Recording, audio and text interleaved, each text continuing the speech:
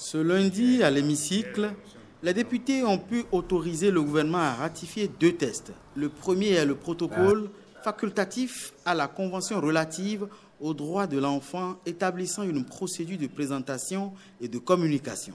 Le document adopté à New York le 19 décembre 2011 est constitué de 24 articles répartis en 4 parties.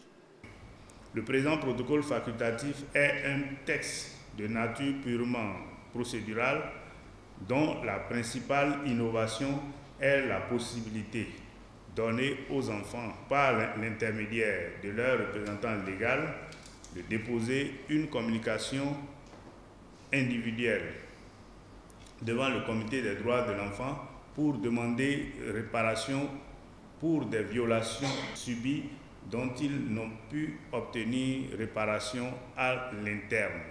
Cette convention, qualifiée d'avancée notable dans la protection des enfants, réprime entre autres le trafic et l'utilisation des enfants à des fins pornographiques, puis l'implication des enfants dans les conflits armés. Le second texte à avoir été aussi adopté à l'unanimité par le Parlement est le projet de loi portant autorisation de ratification de la Charte africaine sur les valeurs et les principes du service public et de l'administration. Un document adopté à Addis Abeba en Éthiopie le 31 janvier 2011 et signé par le Bénin le 27 janvier 2012. La Charte définit le cadre de référence permettant de guider les fonctions publiques en Afrique lorsqu'elles prennent des mesures législatives, réglementaires, techniques et pratiques pouvant créer les conditions favorables au bon fonctionnement de l'administration et à l'amélioration de la qualité de ses services.